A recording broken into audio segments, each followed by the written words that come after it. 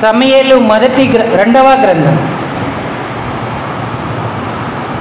సమూయేలు రాసిన రెండవ గ్రంథం 9వ అధ్యాయం. రెండవ సమూయేలు గ్రంథం 9వ అధ్యాయం మొదటి నుంచి చివరి వచనం అంటే 13వ వచనం వరకు కూడా మార్చి చదువుదాం. మీ భాగం చదివేటప్పుడు జాగ్రత్తగా బిగ్గరగా కాస్త శ్రద్ధగా చదవాలని ప్రేమతో మీకు మనవి చేస్తూ ఉన్నాను. సమూయేలు రెండవ గ్రంథం 9 నుండి 13 వచనాలు. యోనాతానును బట్టి నేను ఉపకారము చూపుటకు సౌలు కుటుంబములో ఎవడైనా కలడాయని దావీదు అడిగిను.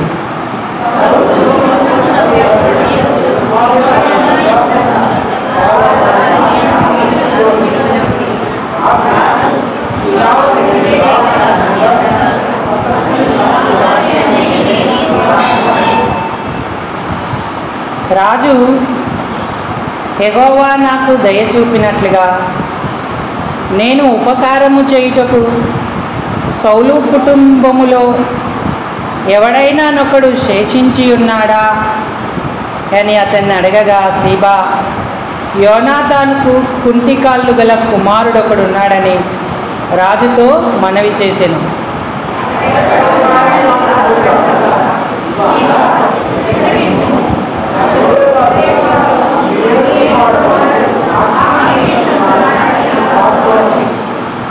అప్పుడు రాజైన దావీదు మనుషులను పంపి లోదేబారులోనున్న అమ్మీయేలు కుమారుడగు మాకీరు ఇంట నుండి అతన్ని రప్పించెను.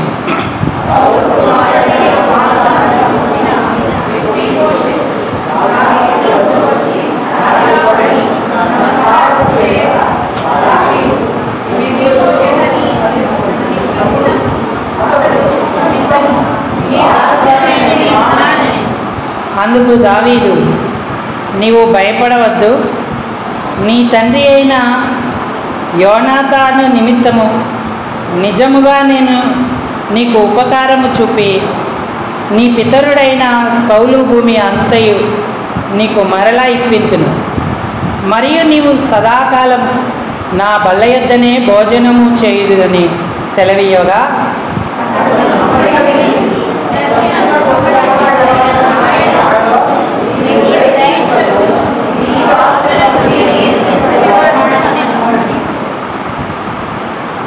అప్పుడు రాజు సౌలు సేవకుడైన సీబాను పిలువనంపి సౌలునకును అతని కుటుంబమునకును కలిగిన సొత్తంతటికి నీ యజమానుని కుమారునికి నేను ఇప్పించి ఉన్నాను.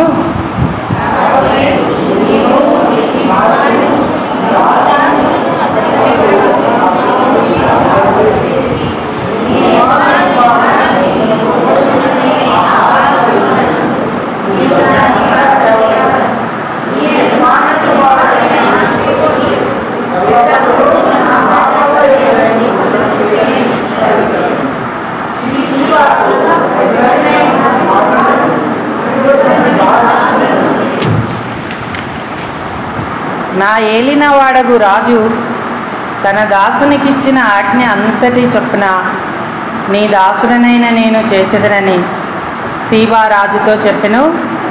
కాగా మెఫీబోషెత్ రాజకుమారులలో ఒకడైనట్టుగా రాజు బల్ల యొద్దనే భోజనము చేయుచుండే.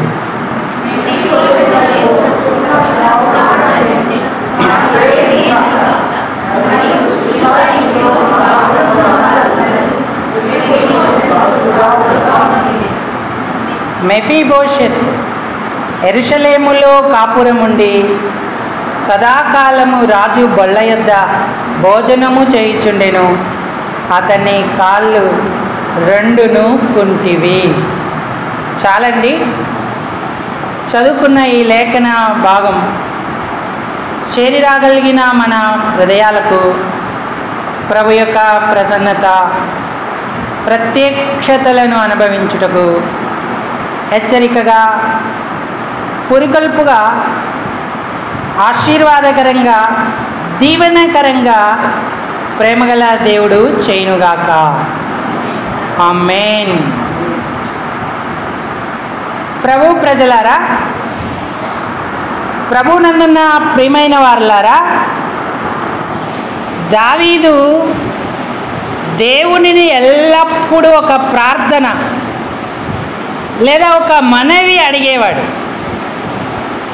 నీ ధర్మశాస్త్రమునందు ఆశ్చర్యకరమైన సంగతులను చూచినట్లు నా కన్నులు తెరువుము అని. వాక్యం చదవడం వేరు, చదివిన వాక్యంలో ఉన్న అర్థాన్ని ఇంకా లోతైన పరమార్థాన్ని గ్రహించి అది మన జీవితాలకు అన్వయించుకొని దేవుని ఆశ్చర్య కార్యాలు చూడడం వేరు. అక్షరార్థంగా బైబిల్ నువ్వు 100 సార్లు చదివినా, కంఠత చేసిన నీకు రక్షణ ఉండకపోవచ్చు. అక్షరము చంపును, ఆత్మ జీవింపజేయును అన్నాడు. ఉన్నది ఉన్నట్టుగా అక్షరాన్ని బట్టి పెడితే మనకు ప్రయోజనం కలగదు, కానీ ఆ అక్షరములో ఉన్న సత్యాన్ని ఎరిగి అన్వయించుకొని అనుసరించినప్పుడే దీవెన కలుగుతుంది. ఈ పరిశుద్ధ గ్రంథం ఎందుకు రాయబడింది? యేసు దేవుని కుమారుడని నమ్మి ఆయన యందు విశ్వాసముంచి నిత్య జీవం పొందడానికే కొత్త నిబంధన గ్రంథం రాయబడింది. పాత నిబంధన గ్రంథం ఎందుకు రాయబడింది? ఈ యుగాంతమందున్న మనకు బుద్ధి కలుగుటకై రాయబడి ఉంది. కొరింథీయులకు రాసిన మొదటి పత్రిక 10వ అధ్యాయము 11వ వచనం చదవండి. ఈ సంగతులు దృష్టాంతములుగా వారికి సంభవించి యుగాంతమందున్న మనకు ఆ బుద్ధి కలుగుటకై రాయబడేను అన్నాడు. కాబట్టి పరిశుద్ధ గ్రంథంలో ఉన్న ఏ పాఠమైనా మనకు బుద్ధి కలగాలి, యేసునందు విశ్వాసాన్ని వృద్ధి పొందించేదిగా ఉండాలి. అప్పుడు మనం అనుసరిస్తాం, నిత్య జీవాన్ని పొందడానికి ప్రభు యొక్క మార్గంలో మనం నడుచుకునేటువంటి వారంగా ఉంటాం. ఆయన సన్నిధికి వచ్చిన నీవు ఈ సత్యాన్ని గుర్తిస్తున్నావా? ఏదో అలవాటుగా, ఆచారంగా, ఆనవాయితీగా ఆదివారం కదా ఆలయానికి వెళ్ళాలి, పాటలు పాడాలి, కానుక వేయాలి, ఆశీర్వాదం తీసుకొని వెళ్ళాలి అన్న ఆ భావనలోనే ఉన్నావా? యేసు రక్షకుడు మన పాపం కొరకు ప్రాణం పెట్టాడు. ఆయన తప్ప మనల్ని విమోచించేవాడు ఎవ్వడూ లేడు. ఆయన మన నిమిత్తమే ఈ లోకానికి వచ్చాడు. నేను పాపిని ప్రభాని ఒప్పుకుంటే ఈ గొప్ప రక్షణ భాగ్యం నీకు కలుగుతుంది. పాప క్షమాపణ పొందుతావు, శాంతి సమాధానాలను అనుభవిస్తావు, నరకం నుంచి తప్పించబడతావు. ఒకవేళ నువ్వు రక్షించబడి ఉంటే దేవుని వాక్య వెలుగు, ఆ గ్రహింపు నీకు దినదినము దేవుడు అధికం చేస్తూ ఉంటాడు. అందులో ఉన్న సత్యాలు నిన్నింకా ప్రభు వైపు, దేవుని వైపు సమకూర్చేవిగా ఉంటాయి. అందుకే వాక్యమే అన్నిటికంటే ప్రాముఖ్యమైనది. దాన్ని జాగ్రత్తగా వినాలి, శ్రద్ధగా వినాలి అని పలు పర్యాయాలు పరిశుద్ధాత్ముడు మనల్ని హెచ్చరిక చేసేటువంటి వాడిగా ఉంటాడు. వాక్యాన్ని ఎవరైతే యోగ్యమైన మంచి మనస్సాక్షితో విని ఓపికతో ఉంటారో, అన్వయించుకొని నడుస్తారో వారు ఫలిస్తారు. వారి ఫలం నిలిచి ఉంటుంది. దేవుని ఆశీర్వాదాలు వారిపై నిలుపబడి ఉంటాయి. మనం చదువుకున్న లేఖన భాగంలో మెఫీబోషెత్ అనే ఒక అతను మనకు కనబడతా ఉన్నాడు.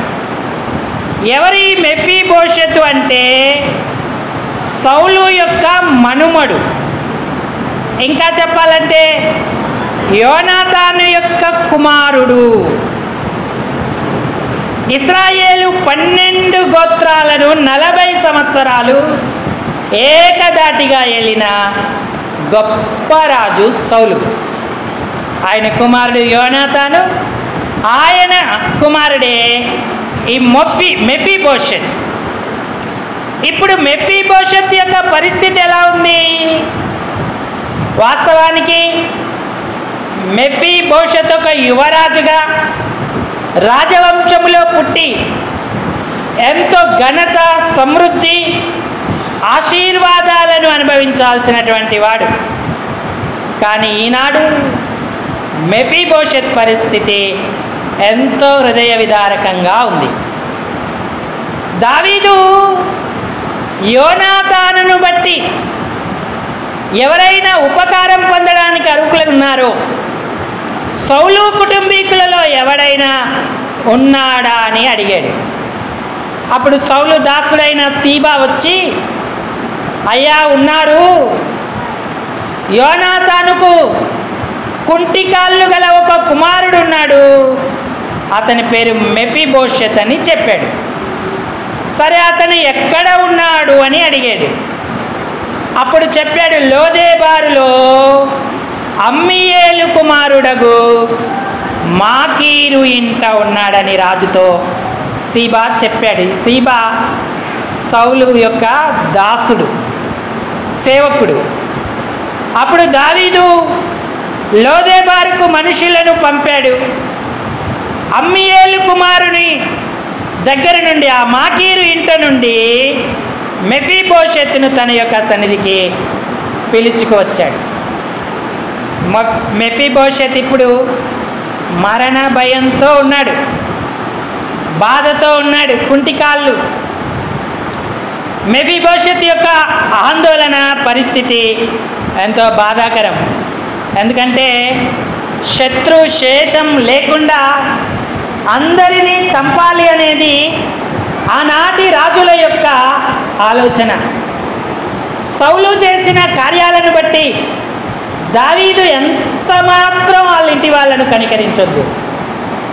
కానీ దావీదు, యోనాతాను ప్రాణ స్నేహితులు.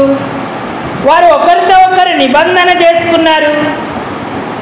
నా కుమారునికి లేదా నా ఇంటి వారికి దయ చూపించుమని యోనాతాను దావీదును కోరాడు. ఎందుకంటే యోనాతానుకు తెలుసు సౌలు తర్వాత రాజు దావీదే అని.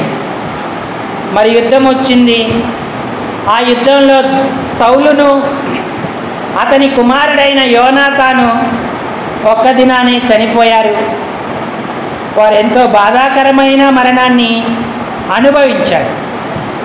తాత చేసినటువంటి పనుల ఫలితమే ఇప్పుడు మెఫీబోషెత్ అనుభవిస్తూ ఉన్నాడు.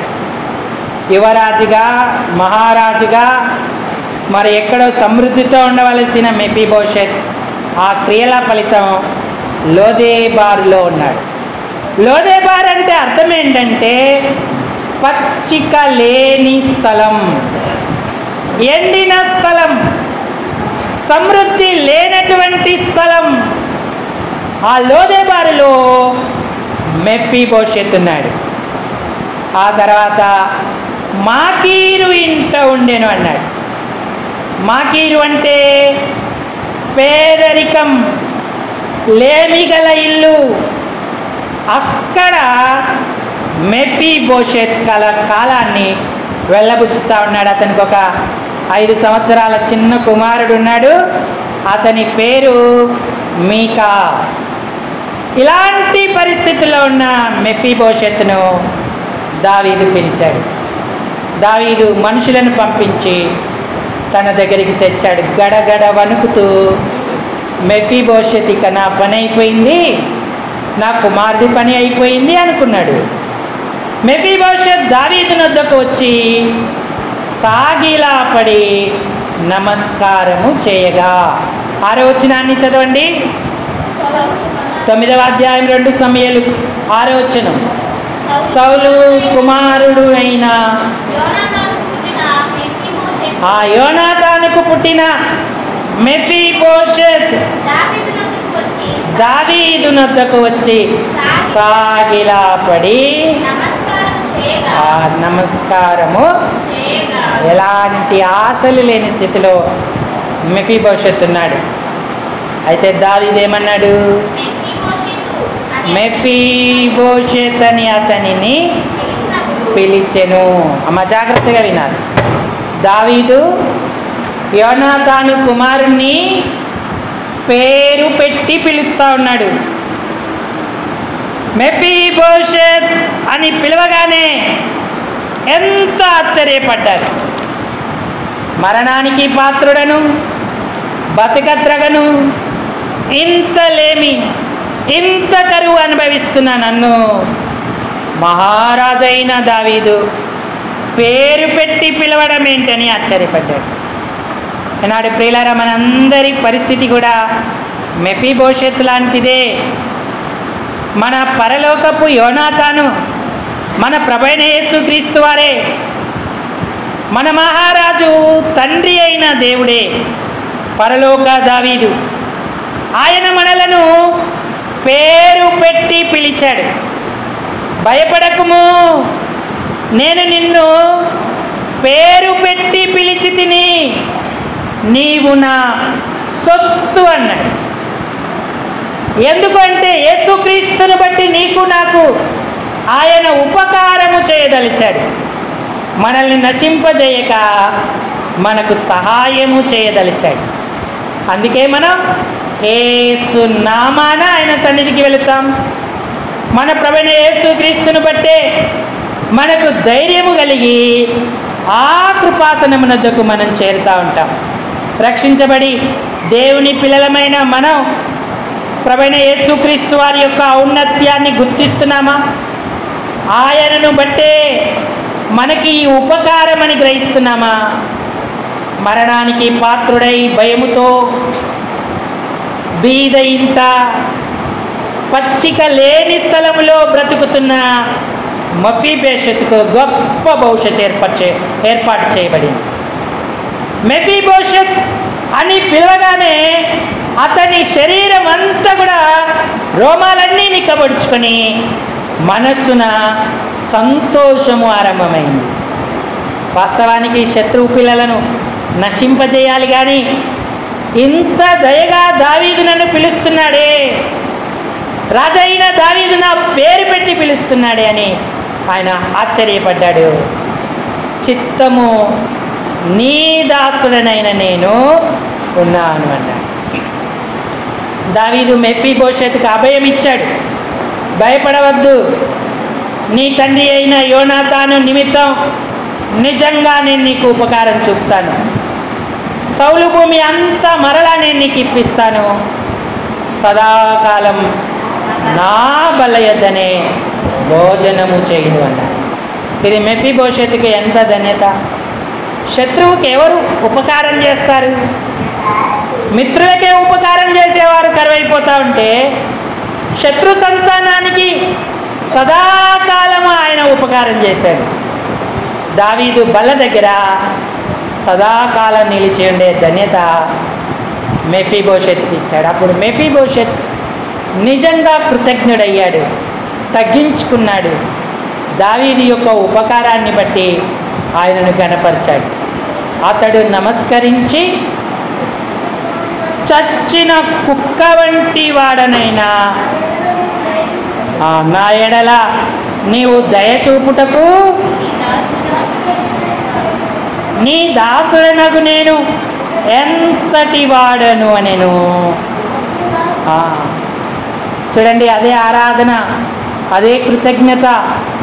ప్రభు మనకు చేసిన మేలులకు, ఉపకారాలకు ఆయనకు మనం ఎల్లప్పుడూ కూడా సాగిలా పడేటువంటి వారంగా ఉండాలి, కృతజ్ఞతలు చెల్లించే వారంగా ఉండాలి. ఈనాడు మన జీవితంలో అలాంటి అనుభవం ఉందా? ఎలాంటి స్థితి నుంచి దేవుడు ఎలాంటి స్థితికి మనల్ని తీసుకొచ్చాడు? ఎంత ధన్యత ఆయన మనకి ఇచ్చాడు. అనర్హులమైన మనకు ఆయన బల్ల యొద్ద ఆయన భోజనం ఏర్పరిచాడు. మెఫీబోషెత్కే కాదు, అతని కుమారుడైన మీకాకు కూడా సదాకాలం రాజు బల్ల దగ్గర భోజనం దొరికింది. అంతేకాదు సీబా అప్పటి వరకు ఎంతో ఘనంగా అనుకున్నాడేమో కానీ సీబాకు రాజు హెచ్చరిక చేశాడు. సౌలు భూమి అంతా సాగు చేసి ఆ భూమి ద్వారా వచ్చిన ఆహారాన్ని నీవు మెఫీబోషెత్కు అతని కుమారునికి తీసుకురావాలి, అది వారి భోజనానికి సరిపోతుంది అని అతన్ని హెచ్చరిక చేశాడు. సీబాకు 15 మంది కుమారులు ఉన్నారు, 20 మంది దాసులు ఉన్నారు, మొత్తం 35 మంది. ఇప్పుడు మెఫీబోషెత్కి కూడా దాసులు అయిపోయారు వాళ్ళు. మెఫీబోషెత్ ఒక రాజకుమారుడిగా దావీదు ఇంటిలో యెరూషలేములో ఉన్నాడు. యెరూషలేములో కాపురం ఉండి సదాకాలం రాజు బల్ల యొద్ద భోజనము చేయుచున్నాడు అన్నాడు. ఆయనకు 2 అంతల ఆశీర్వాదం లభించింది. భోజనానికి కావలసిన సదుపాయాలు, ఆ భూమి నుండి వచ్చే ప్రతిఫలాలు దక్కుతున్నాయి. మరీ ప్రత్యేకంగా రాజభోజనం కూడా మెఫీబోషెత్కు లభించింది. అది సదాకాలము అన్నాడు. దేవుని బల్ల మనకి సదాకాలం ఆయన ఏర్పరచాడు. అందుకే బల్లలో పాలు పొందడానికి ఎప్పుడూ సిద్ధంగా ఉండాలి. మనల్ని మనం పరిశీలించుకోవాలి, యోగ్యమైన పాలు పంపులతో ఉండాలి. బల్లను ఎప్పుడు నిర్లక్ష్యం చేయొద్దు, చక్కని సిద్ధపాటు కలిగి ఉండాలి. ఇది ఒక గొప్ప ఆధిక్యత అని గుర్తించాలి. ఇక్కడ ప్రత్యేకంగా అతని కాళ్ళు 2 కుంటివి అని రాయబడింది.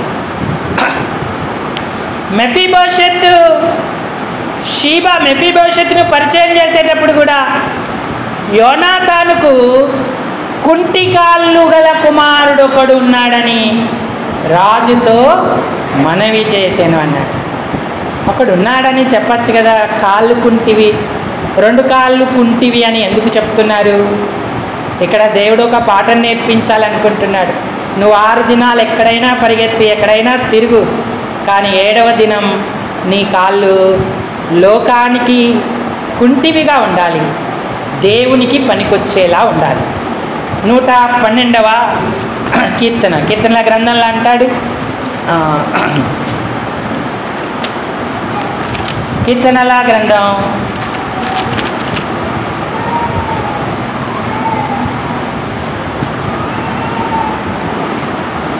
122కు రండి. మొదటి 2 వచనాలు సహాయం చేయండి. యెహోవా మందిరమునకు వెళ్ళుదుము అని ఆ జనులు నాతో అనినప్పుడు నేను సంతోషించి తిని, యెరూషలేమా, ఆమె నాతో చెప్పండి, మా పాదములు నీ గుమ్మములలో నిలుచుచున్నవి. మరి దేవుని సంఘంలో నీ పాదాలు ఉంటున్నాయా? పరిశుద్ధ పునరుద్ధాన దినాలే కాదు, స్త్రీల కూటంలో నీ పాదాలు ఎక్కడుంటున్నాయి? రాత్రికాల ప్రార్థనలో నీ పాదాలు ఎక్కడుంటున్నాయి? శనివార సంఘ ప్రార్థనలో నీ పాదాలు ఎక్కడుంటున్నాయి? ఇశ్రాయేలీలు చెప్పగలిగినట్టుగా నువ్వు చెప్పగలుగుతావా? యెరూషలేమా, నేను లోదేబార్లో లేను, మాకీరు ఇంట లేను, యెరూషలేములో ఉన్నాను. యెరూషలేం మహారాజు పట్టణం, యెరూషలేము సమాధాన పట్టణం, షాలేము రాజు పట్టణం. ఆ పట్టణంలో, ఆ ఆలయంలో మా పాదాలు నీ గుమ్మంలో నిలుచుచున్నవి అన్నారు. ఎందుకంటే అక్కడ కృతజ్ఞతాస్తుతులు చెల్లించాలి. ఇశ్రాయేలు గోత్రాలన్నీ అక్కడికి ఎక్కి వెళ్తాయి. ఇప్పుడు మెఫీబోషెత్ కాళ్ళు 2 కుంటివి కనుక బయటికి వెళ్ళడానికి లేదు, బల్ల దగ్గరే ఉండాలి, బల్లని తీసుకోవాలి, యెరూషలేములో ఆయనకు కృతజ్ఞతలు చెల్లించాలి, సదాకాలం ఆయన నామాన్ని మహిమపరచాలి. దేవుని పిల్లల కాళ్ళు లోకం కొరకు పరిగెట్టొద్దు, లోకానికి కుంటిగా ఉండాలి. ప్రభు కొరకు పరిగెత్తేవిగా ఉండాలి. అందుకే దావీదు అన్నాడు, ఆయన నా కాళ్ళను లేడి కాళ్ళ వలె చేయను. ఆ చరణం పాడుకుందాం.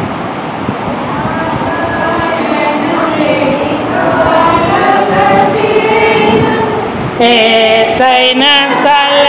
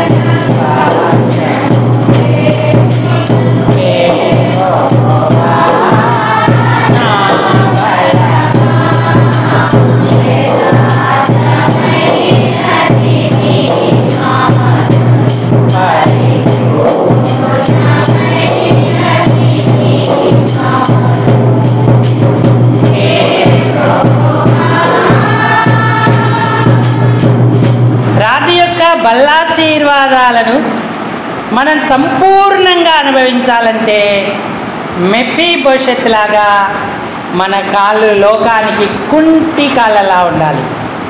దేవుని కొరకు పరిగెత్తే పాదాలుగా ఉండాలి. కదలని స్థిరమైన మంచి జీవితం మెఫీబోషెత్కు లభించింది.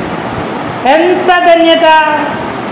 అతను విధేయుడిగా కృతజ్ఞత కలిగి నమ్మకంగా ప్రభు యొక్క బల దగ్గర నిలిచాడు. సౌలు వలన కలిగిన ఆ భయంకరమైన శాపాన్ని, ఆ క్రియల వలన కలిగినటువంటి పాపపు పరిహారాన్ని అంతా కూడా అతను పొడగొట్టుకున్నాడు. కుమారుడైన యోనాతాను నిబంధనను బట్టి దావీదు అతనికి ఎంతో ఉపకారాన్ని, మేలును చేసినటువంటి వాడిగా చూస్తూ ఉన్నాం. ఈనాడు మనకు అలాంటి ఆశీర్వాదం కావాలంటే ప్రభు యొక్క బల దగ్గర సదాకాలం ఉండాలి. మన జీవితంలో ఎప్పుడైనా ఆరాధనకి అందరికంటే ముందుగా ఆలయంలో అడుగుపెట్టామా? ఆ ఆశ మనకు ఉంటేనే మెఫీబోషెత్ లాంటి దీవెనలు కలుగుతాయి. యెరూషలేములో ఆయనకు కొలత లేదు. అది సమృద్ధి గల పట్టణం, ప్రాంతం. దావీదు మహారాజా అయి ఉన్నాడు. ఆయన వశాన మెఫీబోషెత్ ఉన్నాడు. అక్కడ ఎంత ధన్యత మెఫీబోషెత్కి లభించింది. కొరతలు కొదవలు మన జీవితాలలో ఉన్న మందిరాన్ని ప్రేమించి సంఘ సావాసాన్ని హత్తుకున్న వారికి గొప్ప దీవెనలు ఉంటాయి. ఆరోగ్యం, ఆర్థికాభివృద్ధి, ఆశీర్వాదం, దీవెన ఉంటుంది. అక్షయమైన ఆహారం కొరకు కష్టపడుడి కానీ క్షయమైన ఆహారం కొరకు కష్టపడకుడి అన్నాడు. మొదట దేవుని నీతిని, రాజ్యాన్ని వెతకండి, అప్పుడు అవన్నీ మీకు అనుగ్రహింపబడును అన్నాడు. ఆయనను గణపరచకుండా నువ్వేమీ సంపాదించలేవు. ఆరోగ్యాన్ని సంపాదించలేవు, ఆర్థికతను సంపాదించలేవు, ఆశీర్వాదాన్ని సంపాదించలేవు, ఆనందాన్ని సంపాదించలేవు. నిజంగా రక్షించబడి ప్రభు యొక్క రక్తదేహాల్లో పాలు పొందే బిడ్డవైతే దేవుని వాక్యంలో ఉన్న సత్యాన్ని అనుసరించినాడు, సావాసం కలిగి ఉండు, అప్పుడు ఆయన ఆశీర్వాదాలకు ప్రాప్తమవుతాం. వాక్యమే మనకు ప్రమాణం. కళ్ళబొల్లి కబుర్లు, మాయమాటలు, ఇతరమైన విషయాలు కాదు.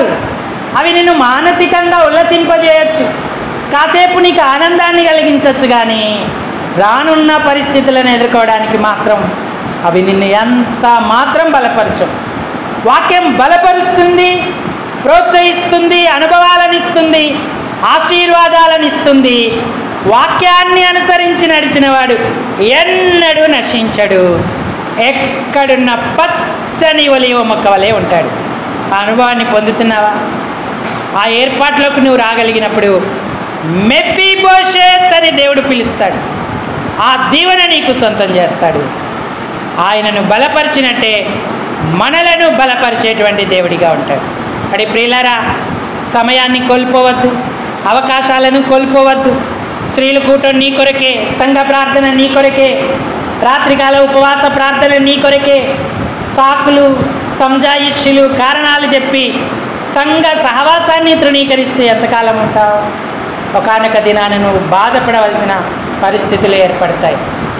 ఆ సమయం రాకముందే నిన్ను నీవు దిద్దుకొని సరి చేసుకుంటే గొప్ప దీవెనను పొందుతావు. సౌలు చేసిన క్రియలు మెఫీబోషెతుకి ఎంత ఆటంకమయ్యాయో, మనం చేసే పనులు రానున్న మన పిల్లలు ఆయా తరాల వారికి కూడా అంతే ఆటంకంగా ఉంటాయి. అవి ఎంతో బాధను వారికి కలిగిస్తాయి. అందుకే ఆయన అన్నాడు, నన్ను ప్రేమించి నా ఆజ్ఞలను అనుసరించి నడుచుకొని వారిని 1000 తరముల వరకు కరుణించువాడనయ్యున్నాను అన్నాడు. సౌలు 3వ తరానికే ఇంత బీద పరిస్థితి ఏర్పడితే 1000 తరాలకు ఆయన కనికరం ఎలా నిలుస్తుంది? దావీదు తరతరాలు దీవింపబడ్డాడు.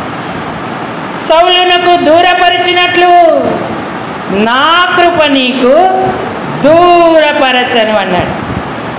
శాశ్వతమైన కృప దావీదునకు దేవుడు చూపించెను అని దేవుని ఒక్క వాక్యంలో రాయబడి ఉంది.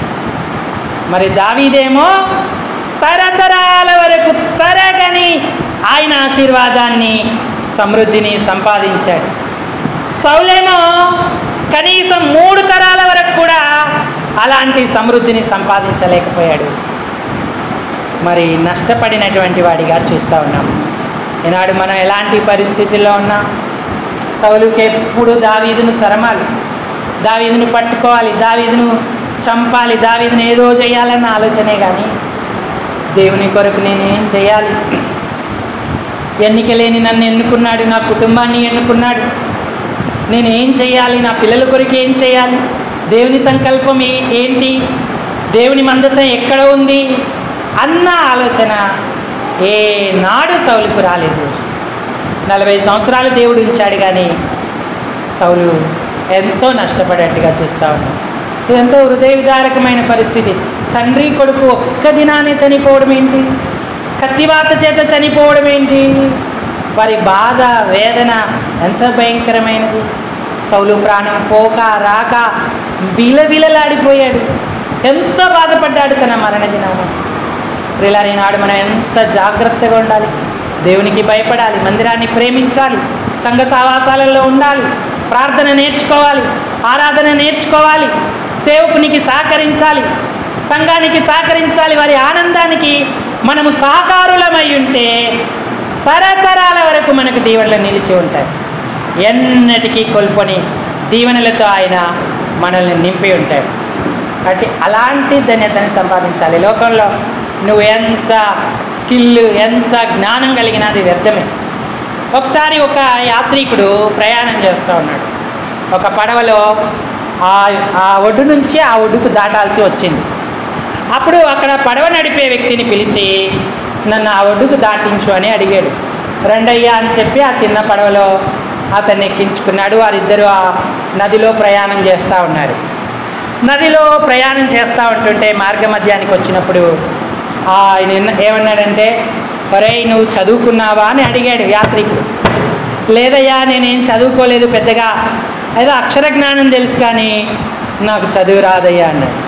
ఆయన చేతిలో చాలా పట్టాలు, గోల్డ్ మెడళ్ళు ఎన్నో ఉన్నాయి, అవన్నీ చూపిస్తున్నాడు. చూసావా, నేను ఈ గణిత శాస్త్రంలో ఈ గోల్డ్ మెడల్ సంపాదించాను, నేను ఫలానా అంతరిక్షానికి సంబంధించిన ఖగోళ శాస్త్రజ్ఞుని, అందులో కూడా నాకు గోల్డ్ మెడల్ వచ్చింది, ఫలానా యూనివర్సిటీ వారు నాకు ఇదిగో ఈ మెడల్స్ ఇచ్చారు అని ఒక 10-15 మెడల్స్, పట్టాలు చూపిస్తూ నేను ప్రతి దాంట్లో PhD చేశాను, నాకెంత జ్ఞానం ఉందో తెలుసా అని, నువ్వు వట్టి వేదవవి, నీకేం తెలియదు, విద్య లేని పామరుడివి, మూర్ఖుడివి అని చెప్పి అతన్ని హేళన చేస్తూ వచ్చాడు.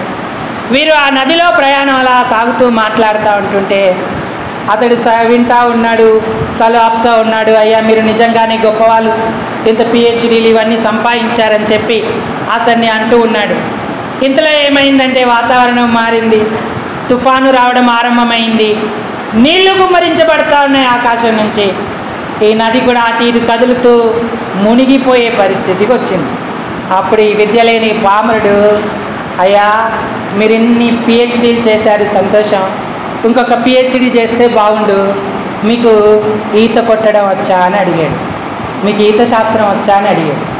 నాకు ఈత శాస్త్రం అదేంటి అది అంటే, ఇప్పుడు పడవ మునిగిపోబోతుంది, నువ్వు ఈత శాస్త్రం రాకపోతే తప్పించుకోలేవు అని చెప్పి వాడు నీళ్ళల్లో దూకి ఈత కొట్టుకుంటూ వెళ్ళిపోయాడు. ఇవన్నీ సంపాదించిన ఈ వ్యక్తి పరిస్థితి ఏంటి? అసలైనది సంపాదించలేదు. నువ్వు ఆరాధన నేర్చుకో, బాగుపడతావు. నువ్వు ప్రార్థన నేర్చుకో, బాగుపడతావు. వాక్యం చదువు, దేవునితో సావాసం చేయి, సంఘానికి క్రమంగా రా. నువ్వేమీ నేర్చుకోకపోయినా రాబోయే శోధన కాలంలో నేను నిన్ను తప్పిస్తానన్నాడు. దేవుడు నిన్ను కాపాడుతాడు. ప్రపంచమంతటి మీదికి, నీ కుటుంబం మీదికి రాబోయే ప్రతి సంభవంలో ఆయన నిన్ను కాపాడుతాడు. నువ్వు ఆయనకు మొరపెట్టుకుంటే, ఆయనను ఘనపరిస్తే ఏ నాటికి ఆయన నిన్ను విడిచిపెట్టాడు. ప్రకటనా గ్రంథం 3వ అధ్యాయం, ప్రకటనా గ్రంథం 3వ అధ్యాయం 10వ వచనం.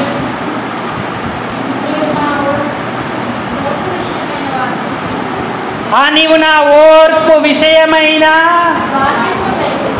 గైకొంటివి గనుక భూనివాసులను శోధించుటకు లోకమంతటి మీదికి రాబోవు శోధన కాలం. ఆ శోధన కాలంలో నేను నిన్ను వాక్యము గైకొంటివి గనుక నేను నిన్ను కాపాడుతాను అన్నాడు. వాక్యంలో చెప్పినట్టు నువ్వు ప్రార్థన నేర్చుకున్నావు, వాక్యంలో చెప్పినట్టు ఆరాధన నేర్చుకున్నావు, వాక్యంలో చెప్పినట్టు సంఘ సహవాసాన్ని కలిగి ఉన్నావు, వాక్యంలో చెప్పినట్టు దివారాత్రులు ఆయన వాక్యాన్ని ధ్యానిస్తున్నావు. సాతాను వాడి క్రియలను ఎరగవు. ఇదిగో ఈ శోధన కాలంలో నేను నిన్ను కాపాడేదను అన్నాడు.